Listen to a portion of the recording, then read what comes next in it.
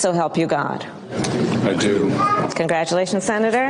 Congratulations, Senator. With that, Democrat Adam Schiff has officially been sworn in as California's new U.S. Senator for the full 6-year term. Ready for the new session to get to work. Schiff spoke one-on-one with us before taking the oath. He had just learned he will serve on the Judiciary, Agriculture, Nutrition and Forestry, Environment and Public Works, and Small Business and Entrepreneurship committees. But top of his mind, the cost of living and California's affordable housing crisis. We don't have enough housing, and we have to change that. And I want families to be able to get into their first home and get into their dream home. I want people to be able to afford their rent. I want to attack this scourge of homelessness. And it all comes back to the problem of not enough supply.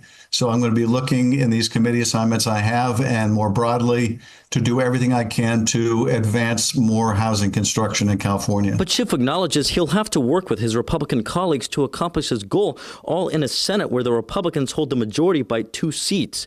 On that note, Schiff says he intends to start and carry out his 6-year term with a bipartisan tone. What does day one of the new term look like for Senator Adam Schiff?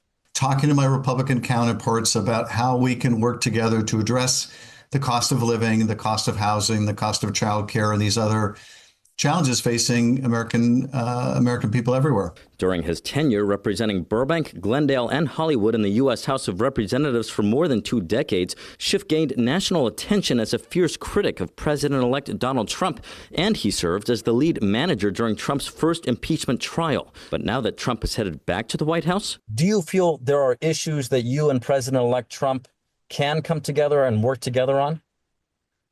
Yes. When he was president the last time, I talked with him about transportation and infrastructure.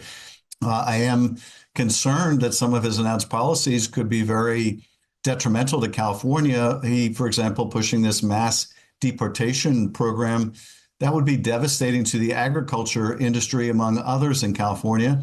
So there are some deep concerns I have about some of his already announced policies. But nevertheless, he says he wants to bring down prices. So do I. I'm going to work to find common ground with the Republicans on how we can do that. And so now things are about to get very busy for Schiff, starting with confirmation hearings for Trump cabinet nominees in the coming days. Reporting in Sacramento, covering local news that matters, Eitan Wallace, Fox 40 News.